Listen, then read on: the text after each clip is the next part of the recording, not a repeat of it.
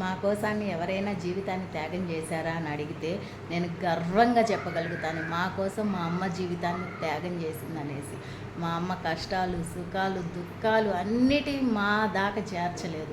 తన బాధని కూడా తనలో తన కన్నీటికి మేము తన కన్నీళ్ళు మాకు కనిపిస్తాయేమో అని రెప్పల చాటున దాచుకొని మరీ మాతో నవ్వుతా బిహేవ్ చేసింది మా అమ్మ.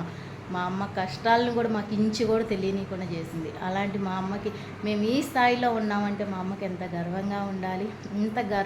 అంత గర్వం వెనక మా అమ్మ ఉందని మేము పొగుడుగా చెప్పుకుంటాం. మా అమ్మ లేనిది మా జీవితాలు లేవు, మేము లేవు. అవునా కాదు? మా అమ్మ అంటే మా ప్రాణం. మమ్మల్ని ఈ స్థాయిలో నుంచోబెట్టి కూడా ఇంకా నా పిల్లలకి ఏం చేయాలి, నేను ఏం చేస్తే నా పిల్లలు సంతోషంగా ఉంటారు అని అనుక్షణం తపిస్తూనే ఉంటుంది. చివరికి నేను మా అమ్మని చూస్తానో లేదో కానీ నాకు నమ్మకం లేదు.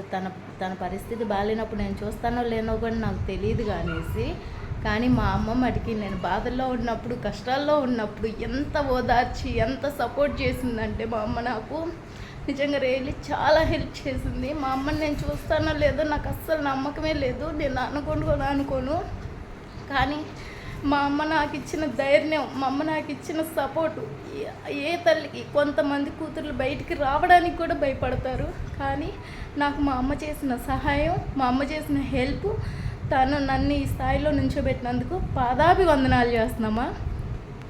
లవ్ యూ మా.